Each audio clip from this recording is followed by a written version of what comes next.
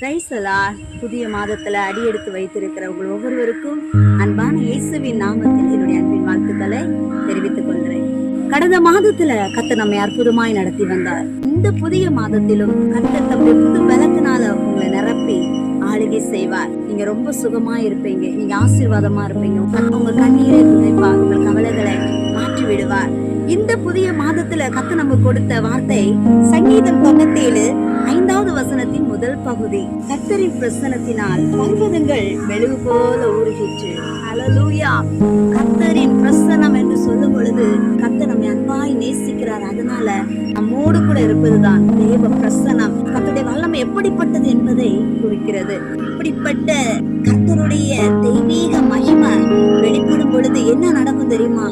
பர்வதங்கள் மெழுகு போல உருகுமா. மெழுகு உருகுறத நீங்க எல்லாரும் பார்த்திருப்பீங்க. ஆமா, அந்த மெழுகுத்திரி நம்ம எப்படி ஆரம்பத்துல அதை எரித்து கொண்டிருந்தோமோ அது கடைசியில பார்க்கும்போது அந்த மெழுகுவர்த்தி இருக்காது. ஏன்னா கம்ப்ளீட்டா முழுவதுமா அது உருகி போயிரும் ஒன்றும் இல்லாமல்.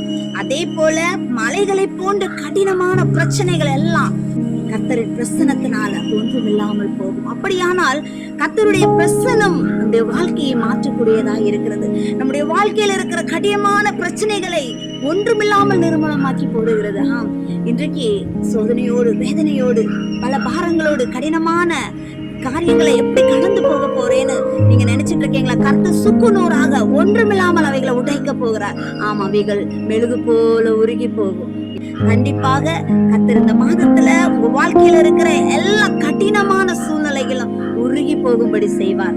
அப்படியான கர்த்தருடைய பிரசன்னத்தை நீங்க உணரணும்னா அதிகமாக நாம் ஜெபிக்கணும், அதிகமாக நம் வேதத்தை வாசிக்கணும். கர்த்தருடைய வார்த்தைகளை நம்ம ரொம்ப விசுவாசத்தோடு நம்ம கேட்டுக்கொண்டே இருக்கணும். செய்திகளை கேட்டுக்கொண்டே இருக்கும்போது இன்னும் தேவ பிரசன்னம் உங்களை ஆளுகை செய்யும். தேவன் தம்முடைய வல்லமையினால, மகிமையினால உங்களை நிறைப்பார்.